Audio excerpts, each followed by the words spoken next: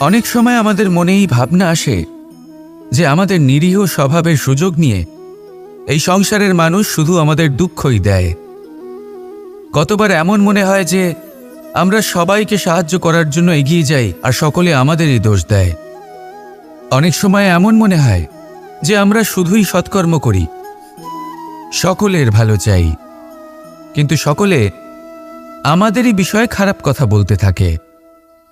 দুঃখ হয়, কিন্তু আমাদের এটা ভেবে দেখা উচিত যে মানুষ আম গাছের গায়ে পাথর ছোড়ে, শাল গাছের গায়ে পাথর কেন ছোড়ে না?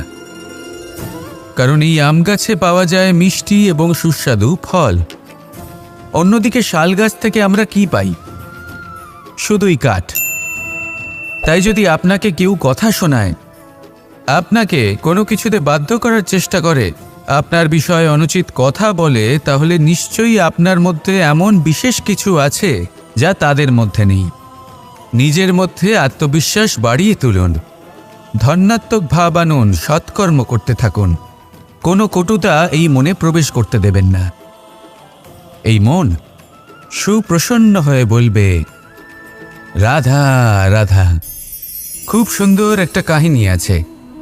একবার এক ব্যক্তি নিজের অসফলতার জন্য ত্রস্ত হয়ে সময় দেবতার তপস্যা করতে বসলেন।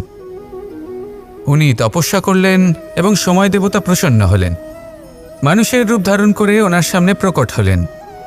এবার সেই ব্যক্তি ওনাকে জিজ্ঞেস করলেন যে কি এমন আছে যার জন্য আপনি বারবার জয়ী হন আর আমি চিরকাল পরাজিত হয়ে থাকি? কেন এত পরিশ্রম করা সত্ত্বেও আমি সাফল্য লাভ করতে পারি না?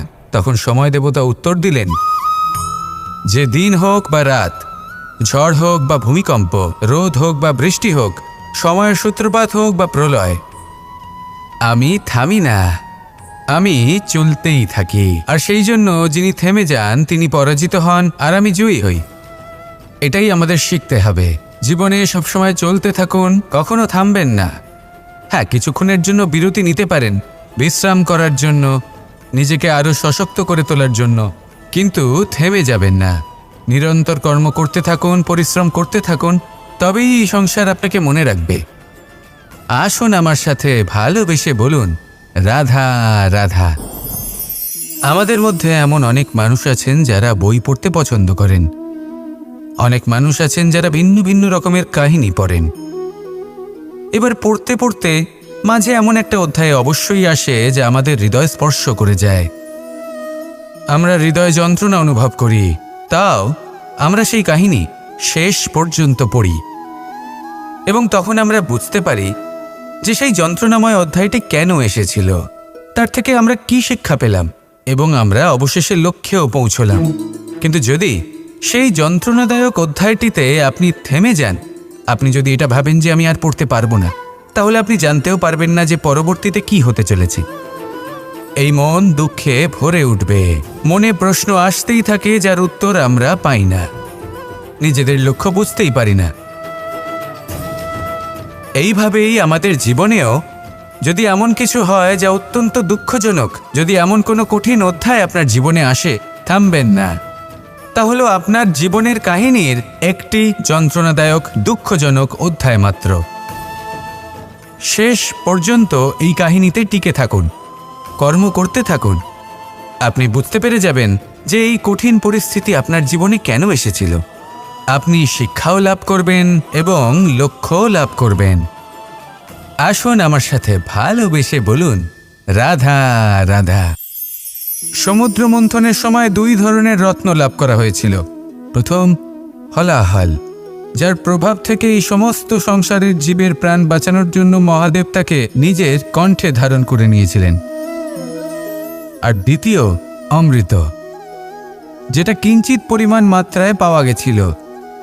কখনো কখনো জীবনে এমন কোনো বস্তু যা আপনি প্রয়োজনের থেকেও অনেক বেশি মাত্রায় ভোগের জন্য লাভ করে থাকেন, তা আপনার জন্য বিষ প্রমাণিত হতে পারে। যেমন জল, প্রয়োজনের থেকে অনেক বেশি মাত্রায় যদি এই জল আসে তাহলে আপনার প্রাণ কাটতে পারে, কিন্তু পরিশ্রমের পরে এক পাত্র শীতল জল দ্বারা আপনি যদি স্নান করে নেন তাহলে তা আপনার শরীরের জন্য অমৃত হবে। পরিশ্রম করার পরে যদি আপনার শরীর এক পাত্র খাবার লাভ করে তাহলে তা আপনার শরীরের জন্য অমৃত। কিন্তু যদি কোনো পরিশ্রম না করেই আপনি দিনরাত শুধুই খাবার গ্রহণ করতে থাকেন, তাহলে আপনার কাছে তা বিষ সমান। বিষ এবং অমৃত গ্রহণ করাটা আপনার উপরে নির্ভর করছে। কোনো বস্তু আপনার পক্ষে বিষও হতে পারে, আবার অমৃতও হতে পারে। নির্ভর করছে যে আপনি সেটা কিভাবে ব্যবহার করছেন, কতটা মাত্রায় ব্যবহার করছেন। আসুন আমার সাথে ভালোবেসে বলুন, রাধা রাধা। এবার এই পুরুষার্থের বিষয়ে আপনারা অবশ্যই শুনেছেন, মোক্ষ, চতুর্থ পুরুষার্থ। আপনারা কি জানেন এই মোক্ষ আসলে কি? ধর্ম, অর্থ, কামনার পালন করতে করতে মৃত্যু লাভ করা, এটাই কি মোক্ষ? না, মোক্ষ হলো সেটাই যা জন্ম এবং মৃত্যুর ঊর্ধ্বে। প্রত্যেক ব্যক্তি, প্রত্যেক জীবই সংসারে কোনো না কোনো বিশেষ প্রয়োজনে আসে। ধর্মপথে, সৎপথে অর্থ উপার্জন করা, প্রয়োজনকে পূর্ণ করার চেষ্টা করতে করতে সেই প্রয়োজনকে পূর্ণ করা তাকে মুক্তির পথে নিয়ে যায়, যা হলো মোক্ষ। যদি এই মোক্ষ লাভ না হয়, তাহলে মানুষ জন্ম এবং মৃত্যুর এই চক্রে বারবার ফিরে আসবে। তাই নিঃস্বার্থভাবে সদ্ভাব নিয়ে কর্ম করুন, সকলকে ভালোবাসুন, আর আমার সাথে বলুন, রাধা রাধা। ইচ্ছে বড়ই বিচিত্র জিনিস। এই ইচ্ছে যদি তা পূর্ণ না হয়, তাহলে তা ক্রোধকে জন্ম দেয়। যদি তা পূর্ণ হয়, তাহলে লোভকে জন্ম দেয়। যদি সময়ের মধ্যে পূর্ণ না হয়, তাহলে শোককে জন্ম দেয়। আর যদি সময়ের পূর্বেই পূর্ণ হয়ে যায়, তাহলে অহংকারকে জন্ম দেয়। সকলের ইচ্ছে থাকে, আপনারও অবশ্যই থাকবে, তা অবশ্যই পূরণ করবেন। কিন্তু একটা কথা মনে রাখবেন, আপনার এই জীবন, এটা কোনোভাবেই আপনার ইচ্ছে পূরণ করার মাধ্যম নয়। এ হলো ধৈর্য সাধনের এক মাধ্যম, নিয়ন্ত্রণ করার এক মাধ্যম। নিয়ন্ত্রণ নিজের কামনার ওপর, নিজের ইচ্ছের ওপর, নিজের আবেগের ওপর। কারণ ইচ্ছে এটা হলো সেই অশ্বের মতো, যা একবার লাগাম ছাড়া হয়ে গেলে, আপনার হাত থেকে যদি এই লাগাম বেরিয়ে যায়, তাহলে তা আপনাকে সোজা বিনাশের পথে নিয়ে যেতে পারে। কিন্তু যদি আপনি একে নিয়ন্ত্রণ করতে পারেন, তাহলে এটা আপনাকে সাফল্যের শিখরে অবশ্যই পৌঁছে দিতে পারে। তাহলে ইচ্ছেগুলিকে নিয়ন্ত্রণ করুন, আর আমার সাথে ভালোবেসে বলুন, রাধা রাধা। মানুষের জীবন বড়ই বিচিত্র হয়। যেই মুহূর্তে জন্ম নেয়, একটা প্রতিস্পর্ধায় প্রবেশ করতে থাকে। মানুষ জন্ম নেয় আর প্রতিস্পর্ধা শুরু হয়ে যায় ভাই এবং বোনের মধ্যে সর্বশ্রেষ্ঠ হবার, সবার থেকে এগিয়ে থাকার। তারপরে সে যায় গুরুকুলে। নিজের বন্ধুদের মধ্যে সর্বশ্রেষ্ঠ হওয়ার প্রতিস্পর্ধা শুরু হয়। এবার সেখান থেকে বাইরে বেরিয়ে সংসার জীবনে প্রবেশ করে ধন উপার্জনের প্রতিস্পর্ধা শুরু হয়। তা সে যুদ্ধই হোক বা কলা হোক, এই প্রতিস্পর্ধা কখনোই আমাদের পিছু ছাড়ে না। তাই যদি প্রতিস্পর্ধা করতেই হয়, তাহলে আমরা মানুষকে সাহায্য করার প্রতিস্পর্ধা কেন করব না? এমন এক প্রতিস্পর্ধা যাতে যে কেউ জিতুক বা যে কেউ হারুক না কেন, লাভ সকলের হবে। সকলের মধ্যে প্রেম বিতরণ করতে থাকুন, এইভাবেই আনন্দ বিতরণ করতে থাকুন, আর আমার সাথে ভালোবেসে বলুন, রাধা রাধা। আমরা সকলে শক্তি অনুভব করতে চাই। এবার যদি আপনাকে জিজ্ঞেস করা হয় যে সবথেকে বেশি শক্তির অনুভব কোথা থেকে করা সম্ভব, তখন কেউ কেউ বলবেন পুষ্টিকর আহার গ্রহণ করলে, ব্যায়াম করলে, কেউ বলবেন ধন লাভ করলে, বন্ধুদের থেকে, পরিবারের থেকে, আদি ইত্যাদি। এইভাবে আপনি শক্তির অনুভব অবশ্যই করতে পারেন। কিন্তু সবথেকে বেশি শক্তির অনুভব যদি আপনি করতে চান, তাহলে তা পাবেন শুধু একতার দ্বারা, সংগঠনের দ্বারা। যদি আপনাকে উদাহরণ দিই, নিজের এই হাতটাকে দেখুন, 5টা আঙুল রয়েছে। কোনো একটা বস্তুকে নিজের একটা আঙুল দ্বারা তুলে ধরার চেষ্টা করে দেখুন, বড়ই কষ্ট হবে। তখন আপনি বুঝতে পারবেন, যখন এই 5টি আঙুল একত্রিত হয়, তখন কোনো কাজ কতটা সহজ হতে পারে। এটাই হলো শক্তি, একতার। সবথেকে ভালো উদাহরণ যদি আপনাকে দিই, তাহলে বাঁশি। এই বাঁশি থেকে অত্যন্ত মধুর সুর নির্গত হয়, যা সবার মন প্রসন্ন করে দেয়। এই কথা সত্যি। কিন্তু এই বাঁশি আমি একটা বা দুটো আঙুল দিয়ে বাজাতে পারবো না, আমাকে প্রত্যেকটা আঙুল ব্যবহার করতেই হবে, তবেই এর থেকে মধুর সুর নির্গত হবে যা সকলকে প্রসন্ন করবে, ঠিক কিনা? ঠিক এইভাবেই যদি আপনি চান যে আপনার জীবনরূপী বাঁশি থেকেও মধুর সুর নির্গত হোক বা সবার মনকে প্রসন্ন করে তুলুক, তাহলে আপনাকেও জীবনে একতা নিয়ে আসতেই হবে। আপনি একাও কর্ম করতে পারেন, পথ চলতেও পারেন, সামনেও এগোতে পারেন, সাফল্যও লাভ করতে পারেন। কিন্তু যখন সকলে একসাথে এগোবেন, সেই পথে চলবেন, সেই কর্মই করবেন, তখন লক্ষ্যে অবশ্যই পৌঁছবেন, সাফল্য অবশ্যই লাভ করবেন।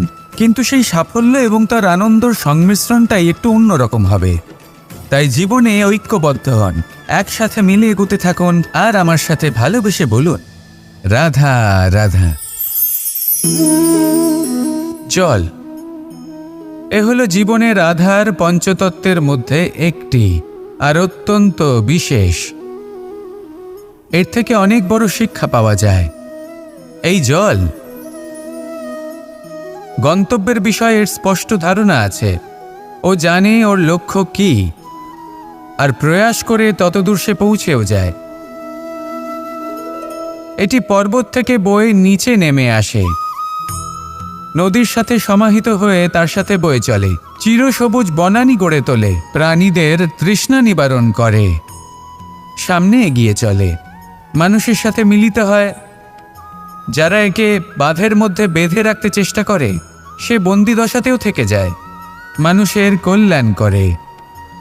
তারপর বাঁধ থেকে মুক্তি পেয়ে এগিয়ে চলে, কোথাও ধাক্কা খায়, কোথাও বাধা পড়ে, কোথাও যদি পথ খুঁজে না পায় তাহলে পথ খুঁজেই নেয়, আর যেখানে পথ থাকে না সেখানে পথ বানিয়ে নেয়, আর শেষ পর্যন্ত নিজের লক্ষ্যে পৌঁছেই যায়, অর্থাৎ সমুদ্রে গিয়ে সমাহিত হয়ে যায়।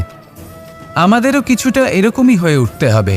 যেখানেই যাবেন সকলের কল্যাণ করুন, সামনে এগোন।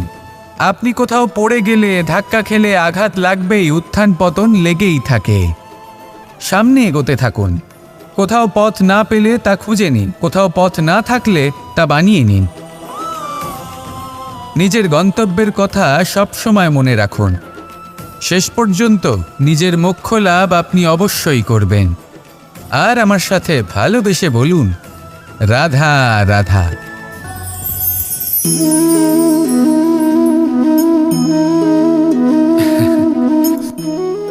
ঘুমের মধ্যে আমরা বিভিন্ন ধরনের স্বপ্ন দেখি, কিছু সুখের, কিছু দুঃখের, কিছু অত্যন্ত ভয়ানক। কিন্তু সত্যি কথা বলতে এর উপর আমাদের কোনো নিয়ন্ত্রণ নেই। কিন্তু আমি এমনও কিছু ব্যক্তিকে দেখেছি যারা খোলা চোখে স্বপ্ন দেখেন এবং তা যাপন করেন। নিজেদের একটা আলাদা স্বপ্ন নগরী আছে ওনাদের, সেখানেই জীবনযাপন করেন। আসল বাস্তবটা কি তাতে ওনাদের কিছুই যায় আসে না। এমন কিছু মানুষ আছেন যাদের কাছে বিন্দুমাত্র জ্ঞান নেই, সে না হয় ঠিক আছে, কিন্তু জ্ঞান এমনভাবে প্রদান করবেন যে মনে হবে সংসারের সমস্ত জ্ঞান তাদের কাছেই রয়েছে। এমন কিছু মানুষ আছেন যারা ভালোবাসতে জানেন না, আর তাও আমি মেনে নিলাম, কিন্তু কথা এমনভাবে বলবেন তাতে মনে হবে যেন প্রেমের বিষয়ে সবকিছু শুধুমাত্র ইনিই জানেন। এবার আমি এমন কথা অবশ্যই বলছি না যে আপনি এরকম করেন, কিন্তু যদি কোনো ব্যক্তি এরকম করেন তাহলে তার এটা মাথায় রাখা উচিত যে সেই ব্যক্তি অন্য কারোর সাথে নয়, নিজের সাথে অনুচিত করছেন। কারণ এমন কাজ করে উনি নিজের দোষ, নিজের অপগুণ সংসারের কাছে নয়, নিজের কাছে লুকোচ্ছেন। আপনি যদি নিজেকে বুঝতে না পারেন, সম্পূর্ণরূপে নিজেকে আকলন না করেন, নিজের অপগুণ, নিজের দোষ পূর্ণরূপে না বুঝতে পারেন, তাহলে এটা কি করে বুঝবেন যে নিজেকে কিভাবে শুধরে নিতে হবে? আপনাকে নিজের সত্য স্বীকার করতেই হবে, তারপরেই আপনি নিজেকে পরিবর্তন করতে পারবেন। তাহলে স্বপ্নে নয়, বাস্তবে বাঁচুন, আনন্দে বাঁচুন, আর আমার সাথে ভালোবেসে বলুন, রাধা রাধা। যতক্ষণ আমরা এই সংসারে জীবিত ততক্ষণ আমাদের সাথে সব কিছু থাকে, আমাদের ধন, সুখ স্বাচ্ছন্দ্য, আমাদের মিত্রগণ, আমাদের পরিবার, এই সমাজ, এই সব কিছু আমাদের সাথে থাকে। যেদিন আমরা এই সংসারকে ত্যাগ করব, এদের মধ্যে কেউ আমাদের সাথে যাবে না। না ধন, না স্বাচ্ছন্দ্য, না সম্পত্তি। এই সকল মানুষ, এই সমাজ, এরা শুধুমাত্রই শ্মশান পর্যন্ত আমাদের সাথে থাকতে পারবেন। তারপরে যদি আমাদের সাথে কিছু যেতে পারে, তাহলে তা শুধুই আমাদের ধর্ম। আর এই সংসারে আমরা নিজেদের যে সুনাম রেখে যাই, সেটা সম্ভব শুধুমাত্র কর্মের দ্বারা।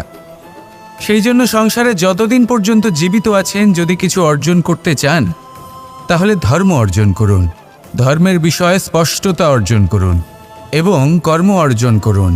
এটাই হবে আপনার অতীত এবং এটাই হবে আপনার ভবিষ্যৎ, এবং এটাই সকলকে প্রেরণা প্রদান করবে। আসুন আমার সাথে ভালোবেসে বলুন, রাধা রাধা। বস্ত্র আমাদের সকলের প্রিয়, এটা আমাদের জীবনযাপনের জন্য প্রয়োজনীয়। আমরা সবসময় চেষ্টা করি সেই বস্ত্র পরতে যা পরলে আমাদের দেখতে ভালো লাগে। কিন্তু কখনো এই কথা ভেবে দেখেছেন যে কিছু বস্ত্র যদি স্বচ্ছ হয়, তাহলে তা পুরনো হলেও দেখতে ভালো লাগে? ঠিক তেমনই, যেমন কোনো খাবার যদি মশলাদার না হয়, অত্যন্ত সুস্বাদু নাও হয়, কিন্তু যদি তা গরম হয়, টাটকা হয়, তাহলে খেতে ভালোই লাগে। ঠিক সেইভাবেই যদি কোনো ব্যক্তি সুন্দর নাও হয়, কিন্তু তার কথা খুবই মধুর হয়, তাহলে সেই ব্যক্তি সকলের প্রিয় হয়। কোনো ব্যক্তি যদি ধনবান নাও হন, কিন্তু তিনি যদি গুণী হন, তাহলে এই সংসারে সম্মান লাভ করেন। সেই জন্য কখনো এই বিষয়ে দুঃখ পাবেন না যে আপনার কাছে ভৌতিক স্বাচ্ছন্দ্য নেই। আপনার কাছে সবথেকে বড় বস্তু, সবথেকে মূল্যবান বস্তু যেটা আছে, সেটা হলো আপনার আত্মা, আপনার মন, আপনার বিচারধারা, আপনার গুণ, আপনার কথা। এগুলো সবসময় শুভ রাখুন এবং সবসময় নিজের সাথে রাখুন। এই জীবন সফল হবে এবং প্রেমময় হয়ে বলে উঠবে, রাধা রাধা।